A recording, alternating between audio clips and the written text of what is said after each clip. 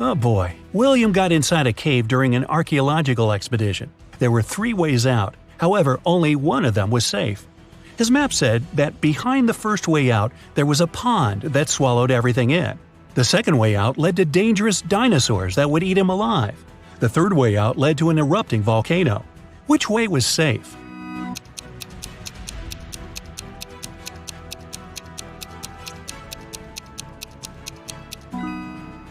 The second one, because the dinosaurs went extinct many years ago.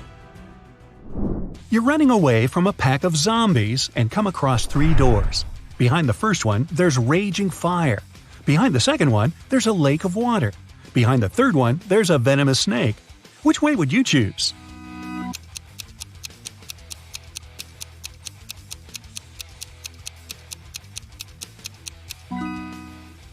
I'd recommend to choose the second one and swim away. It's just a lake. You can do it.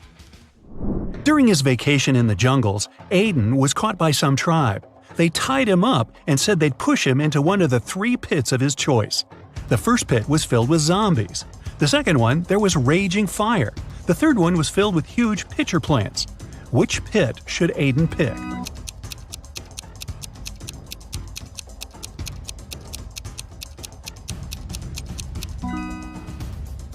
He should choose the third one. The pitcher plants only eat insects. They're not dangerous for people. Aston reported that someone had robbed his house. Detective Callum arrived and asked Aston to tell him what happened. He said that he walked into his room and saw someone getting out of his window. They must have heard him walking inside the house. Then he checked his desk and found that his money had been stolen. Detective Callum asked if Aston had touched anything else, and the man said he hadn't. Detective Callum closed the case and refused to proceed. Can you guess why?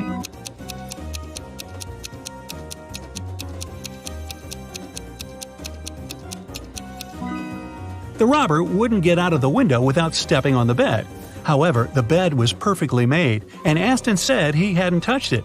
It means there was no robber. Waverly was an archaeologist looking for a pirate treasure. In one of the caves on a deserted island, she finally found it. There were 3 chests, and one of them was filled with gold and gems. However, if she picked one of the wrong chests, terrible things would happen to her. Luckily, there were statements on each of them, but only one of these statements was true. 1. The treasure is in this chest. 2. The treasure isn't in this chest. 3. The treasure isn't in chest number 1. Which of the chests has the treasure?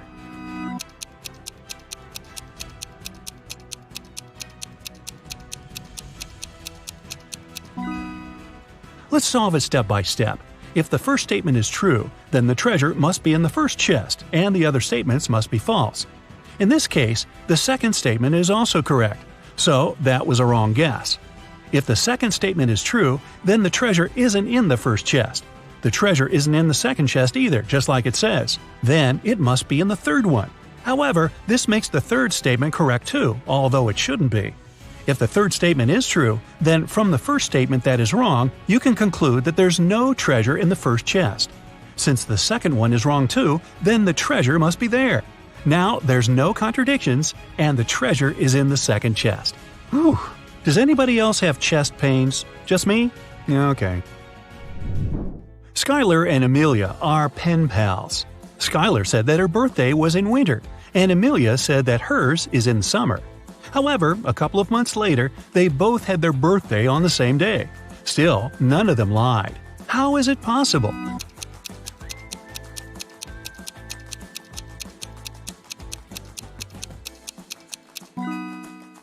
They live in different hemispheres. When it's wintertime in the US, it's summer in Australia, and vice versa. Mrs. Fitz came back from work and found that her favorite cup was broken. She asked her daughters who had done it. Katie said, "It wasn't me." Serena said, "It wasn't me either." Hannah said, "It was Serena." Mrs. Fitz knew her daughters well, and she could tell what happened. Only one of the girls was telling the truth. Can you guess who broke the cup?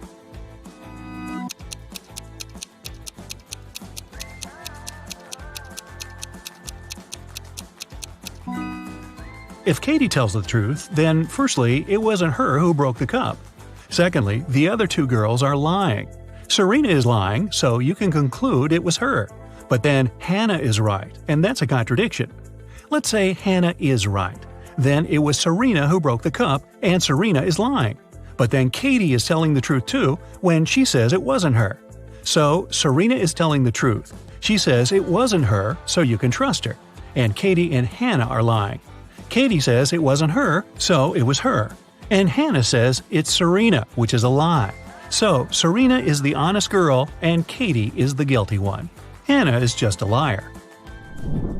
Esme was on her casual walk in the forest, and she didn't get lost this time. Here it was, her way home. But the other one was away to the witch's house. After a bit of thinking, Esme decided she had to say hi to her old friends and visit the witch. The witch said she didn't have a riddle for her that day, and Esme was free to go. But Esme had one. She said if the witch got it wrong, Esme would take her cat. Dear witch, imagine you're in a dark room. How can you get out?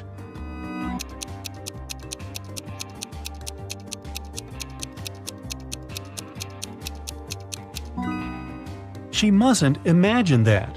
Spoiler, the witch got it and kept the cat. Next time, Esme. A police officer was walking in a neighborhood and stopped one gentleman. He asked him what the man was doing, and he said that he had just left his house to go to the grocery store. However, the officer didn't believe him and arrested the man. Why?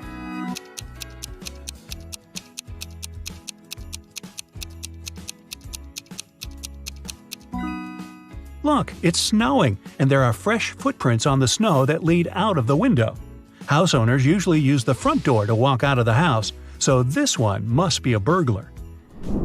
Bryce was a grumpy old gentleman who didn't like some teenagers walking past his house. So once, he decided to report them so they'd never be allowed to get close to him anymore. He called the authorities and told them that he was having tea on his terrace, and those teenagers threw a baseball at him. Luckily, the baseball flew above him. However, the detective didn't believe it had happened at all. Why?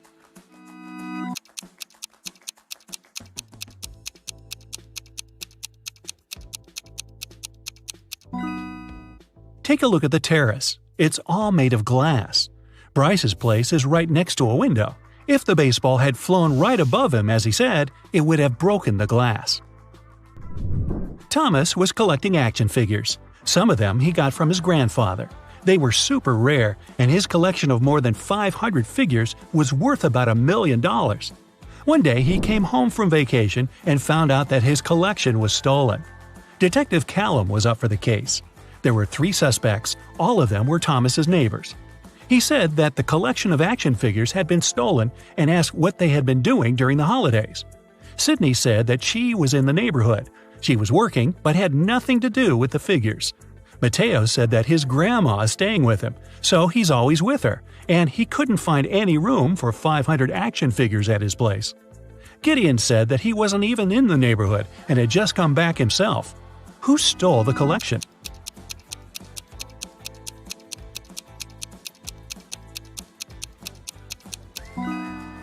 Mateo. No one mentioned how many figures there were in the collection, but he knew somehow. Samantha, a rich woman, found out that someone had stolen the money from her wallet. There were 3 people in the house: Malcolm, a cleaning man, Grace, a gardener, and Sebastian, a boy who walks her dog. She reported the case. The police took the fingerprints but only found those of Samantha herself. Still, they had the main suspect. Who was it?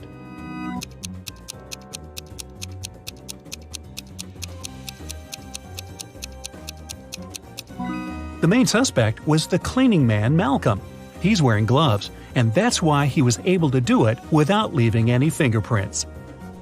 Annabelle didn't want to go to school, so in the morning, she went downstairs and told her mom that she wasn't feeling well. She said that she had eaten a bit of apple last night, and it must have been poisoned because she'd been feeling unwell all night. However, Mrs. Collins didn't believe her and sent Annabelle to school. Why?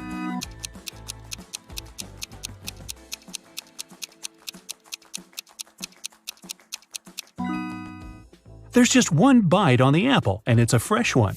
If Annabelle had left this bite last night, it'd be brown, but it was still okay, which meant it was fresh. At school, Sophie opened her locker and found an envelope. Inside, there was a calendar and a note asking if she wanted to go to the prom. However, instead of the name, there were just several numbers: 17, 2, 30, 25. Can you guess who asked Sophie to prom?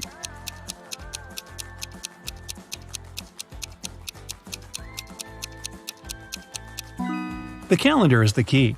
You just have to find all the numbers and see what name the first letters of the respective months give you. So, 17 is circled in August, so it's A. Number 2 is in December, which gives us D. Number 30 is in April, so A again. And finally, number 25 is May 25, so it's May. Seems like the guy's name is Adam. Too bad there are 13 Adams at her school. Elsie walked into a party store to buy something. She learned that 1 costs $1, 17 costs $2, and 103 costs $3. She needed 22. What do you think she's buying, and how much should she pay?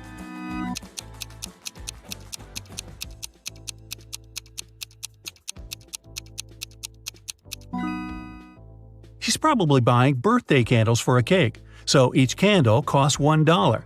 She needs 22, which is 2 candles, so she'll have to spend $2.